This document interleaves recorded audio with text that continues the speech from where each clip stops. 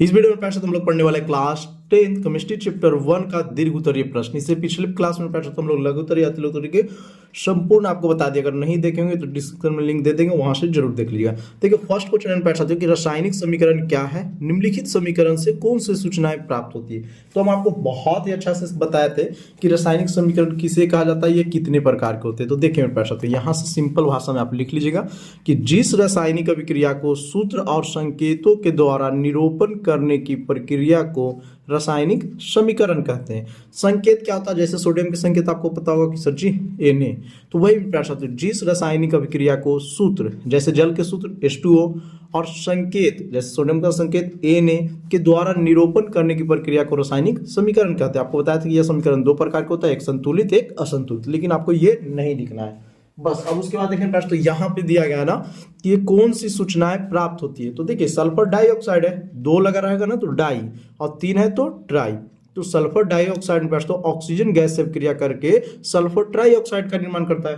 तो इसी को आपको सिंपल शब्दों में लिख लेना है, ठीक है। देखिए यहाँ पे दिख रहा होगा, जब सल्फर डाइऑक्साइड और ऑक्सीजन गैस के बीच अभिक्रिया होती है तो सल्फर ट्राइऑक्साइड बनता है, जो एक संयोजन अभिक्रिया है। बोलिए सर जी संयोजन अभिक्रिया काहे लिख दिए। मेरे प्यार से तो हम आपको बताए थे कि संयोजन अभिक्रिया किसे कहते हैं, कि वैसी रासायनिक अभिक्रिया जिसमें दो या दो से अधिक पदार्थ आपस में क्रिया करके एक नए पदार्थ का निर्माण करता है, तो उसे संयोजन अभिक्रिया कहते हैं। ठीक है, समझ में आ गया जी, बताइए। बहुत ही अच्छा।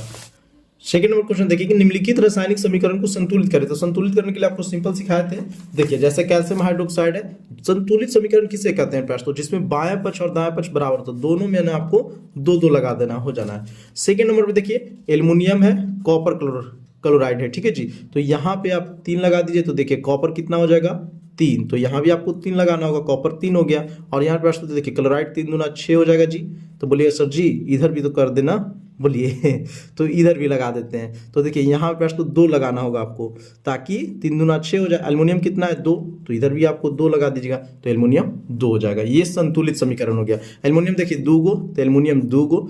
देखिए कॉपर कितना है तो 3, तो कॉपर 3। क्लोराइड 3 दूना 6 गो, तो क्लोराइड 3 दूना 6 गो। ये संतुलित हो गया। आगे देखते हैं भाई साहब क्वेश्चन नंबर 3। क्वेश्चन नंबर 3 है जी, ध्यान दीजिएगा, विस्थापन एवं उभय विस्थापन क्रिया में अंतर बताना है। विस्थापन क्रिया यानी एकल विस्थापन, और उभय विस्थापन जिसमें प्रश्न आयनों का आदान प्रदान होता है। तो चलिए दोनों का हम आपको परिभाषा फटाफट बता देते हैं।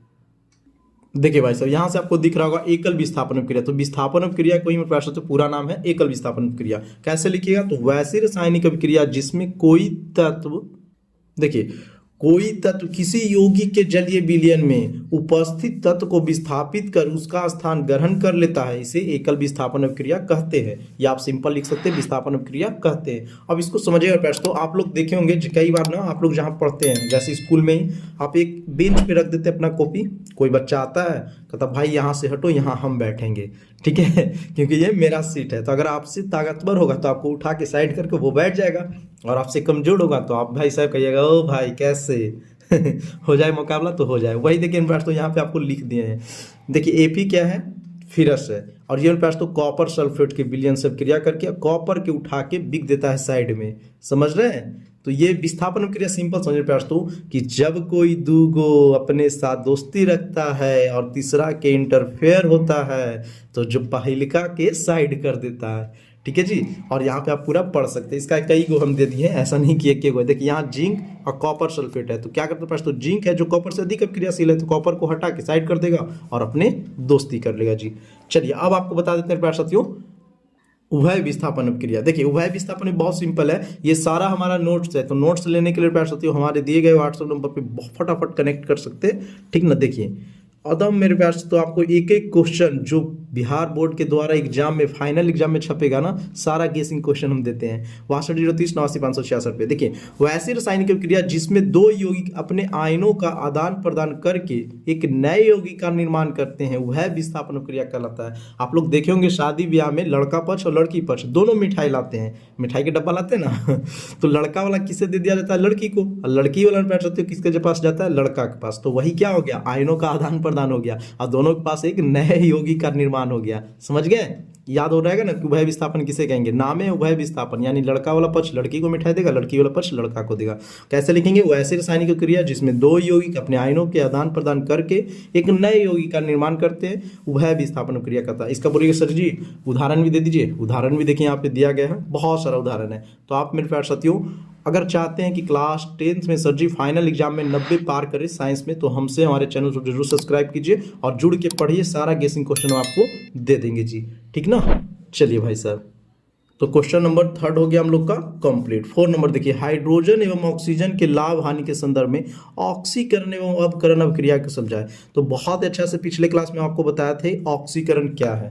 तो देखिए जो ऑक्सीजन के साथ जुड़ता है और हाइड्रोजन को त्याग करेगा उसे ऑक्सीकरण कहेंगे। और अवकरण तो इसका उल्टा होता है। ये क्या करता है ना कि ऑक्सीजन को ही बेलगा देता है और यानी ऑक्सीजन को त्याग करता है और हाइड्रोजन के साथ जुड़ता है। तो अब चलिए इसको हम बहुत अच्छा से लिख दिए है। ऐसे तो हम पिछले क्लास में भी आपको बता दिए थे जब अति लघु उत्तरीय और लघु उत्तरीय पर पढ़ाए थे। तो देखिए वैसी रासायनिक अभिक्रिया जिसमें कोई यौगिक ऑक्सीजन से संयोग का मतलब जुड़ना, जुड़ेगा तो लाभ ही होगा न जी, और हाइड्रोजन का त्याग मतलब देना, तो देगा भाई साहब तो हानि ही होगा, करता है तो ऑक्सीकरण अभिक्रिया कहलाता है। और ये देखने पास तो यहाँ पे कार्बन है और ऑक्सीजन है, क्या हो गया? कार्बन और ऑक्सीजन के साथ जुड़ रहा है, तो ये क्या हो गया? कार्बन डाइऑक्साइड का निर्माण कर रहा है। यहाँ देखिए हाइड्रोजन को पास तो विस्थापित कर दिया है, तो यहाँ पे हाइड्रोजन त्याग हो रहा है। और आपको हम कंप्लीट दिमाग में डाल लीजिए कि ऑक्सीकरण और अवकरण अभिक्रिया हमेशा साथ साथ होती है। नोट बना के लिख लीजिए भाई साहब, ऐसे मेरा नोट लीजिएगा तो इसमें लिखा हुआ है कि ऑक्सीकरण और अवकरण अभिक्रिया हमेशा साथ साथ ही होती है और इसी को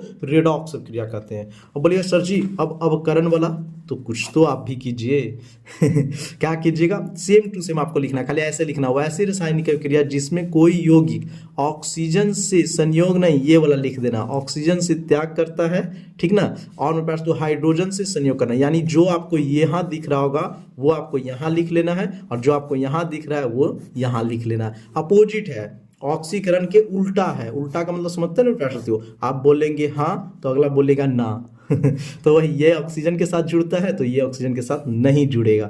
ये हाइड्रोजन को त्याग करता है तो ये हाइड्रोजन को त्याग नहीं करेगा। तो इतना तो आप भी लिख ही सकते हैं, ठीक है लाडले। चलिए आगे देखते हैं प्रश्न, क्वेश्चन नंबर 5, निम्नलिखित किस प्रकार की अभिक्रियाएं आपको बताना, जैसे शरीर में भोजन का पचना, एफीएम फ्रेश, तो अभी हम बताए थे आपको कि एक देखिए कौन सा अभिक्रिया दिख रहा है आपको, चलिए बता देते फटाफट। देखिए तो 5 नंबर प्रश्न, तो शरीर में भोजन का पचन अपघटन अभिक्रिया या वियोजन अभिक्रिया। वियोजन अभिक्रिया या अपघटन अभिक्रिया किसे कहते हैं सर जी? तो हमको पढ़ाया था कि वैसी रासायनिक क्रिया जिसमें किसी यौगिक के वैसी रासायनिक क्रिया जिसमें कोई पदार्थ में तो गर्म करने पर 2 या 2 से अधिक पदार्थ में टूट जाता है। जैसे करते थे कैल्शियम कार्बोनेट को गर्म करते थे तो calcium oxide plus carbon dioxide में टूट जाता था। तो वैसे ही तो हम लोग भोजन रूप में देखते हैं, बड़ा बड़ा रोटी चिवा जाते हैं और अंदर जाके छोटा छोटा रूप में टूट जाता है तो इसी को इसे अपघटन या वियोजन अभिक्रिया कहते हैं। क्लियर? और ये देखिए ApCuSO4 अभी ना बताया प्यार साथियों, विस्थापन अभिक्रिया या एकल विस्थापन अभिक्रिया। कॉपर सल्फेट यानी 2 को दोस्ती किया हुआ है, तीसरा इंटरफेयर मारा और इसको उठा के साइड कर दिया, इसी को विस्थापन अभिक्रिया कहते हैं। सिंपल ऐसे देखिए पास तो कॉपर से अधिक अभिक्रियाशील है, ये ताकतवर है, कहेगा चल दोस्त हट, बहुत दिन से तुम इसके साथ जुड़ा हुआ है और हम दोस्ती करेंगे, और इसको उठा के साइड कर देगा।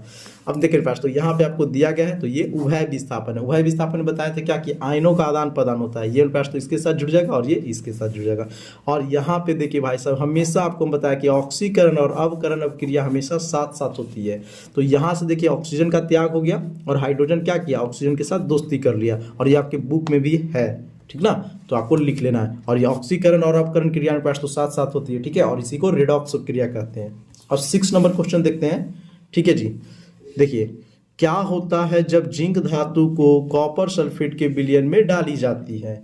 चलिए देखिए भाई साहब आपके बुक में दिया गया पास तो कि जिंक धातु को कॉपर सल्फेट के विलयन में डालेंगे तो जिंक सल्फेट और कॉपर वही वाला क्रिया लिख लेंगे। इस सब क्रिया के कारण जिंक की सतह हल्के लाल रंग के कॉपर की परत जमा हो जाता है और रंगहीन जिंक सल्फेट बनने के कारण कॉपर सल्फेट के विलयन का नीला रंग गायब हो जाता है। इस अभिक्रिया का यह सिद्ध होता है कि जिंक कॉपर से अधिक अभिक्रियाशील है। बस ये आपको यहाँ से यहाँ तक लिखना होगा।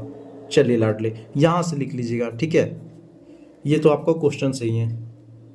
6 का क्वेश्चन नंबर 2 है जी कि सिल्वर धातु कॉपर सल्फेट के विलयन में डाली जाती है, तो ये मेरे पास तो अपक्रिया नहीं करेगा। बोलिएगा काहे सर जी? तो सिल्वर का मतलब होता है चांदी। अब बताइए चांदी सबसे ज्यादा अपक्रियाशील है या कॉपर?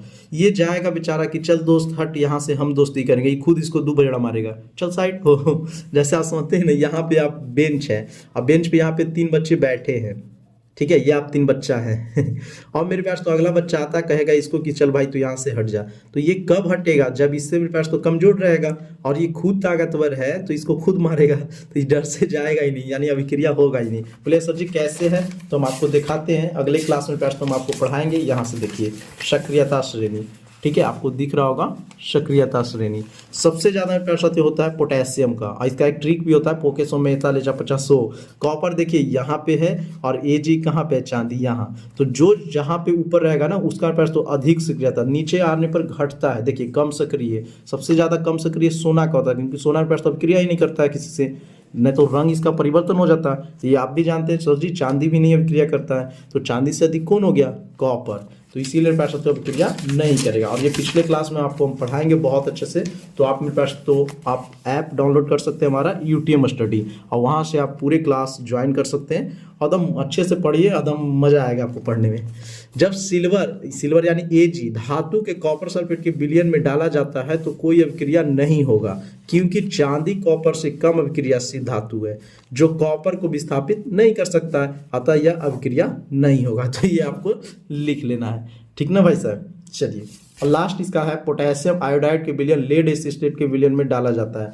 मेरे प्यार तो अभी तक आप चैनल को सब्सक्राइब नहीं किए तो अपना चैनल को सब्सक्राइब कर लीजिए, क्योंकि ये है आपका अपना चैनल UTM स्टडी। यहाँ पे क्लास 10th के 100% आपको तैयारी कराई जाती है, और गेस क्वेश्चन मेरे प्यार साथियों इस बार अगर सबसे ज़्यादा आया है ना, तो एक संस्था मात्र UTM स्टडी सबसे ज़्यादा अगर क्वेश्चन लड़े हैं तो यहीं से। तो आप भी चाहते हैं कि सर जी हम भी उम्दा तैयारी करें, और साइंस में हम भी 90 पार करें, मैथ में भी पार करें, क्योंकि आपका सर का खुद साइंस में 90 पार है। तो चैनल को जरूर सब्सक्राइब करके पास तो जुड़ जाइए, और यहाँ से आपको लिख लेना है, देखिए पोटेशियम आयोडाइड, इसी का अपक्रिया किसमें? आयोडीन बनाने में उपयोग किया जाता है, ठीक है। तो ये अपक्रिया आपको नोट कर लेना है। तो मिलते हैं हम लोग पास तो नेक्स्ट क्लास में, तब तक के लिए जय हिंद जय भारत।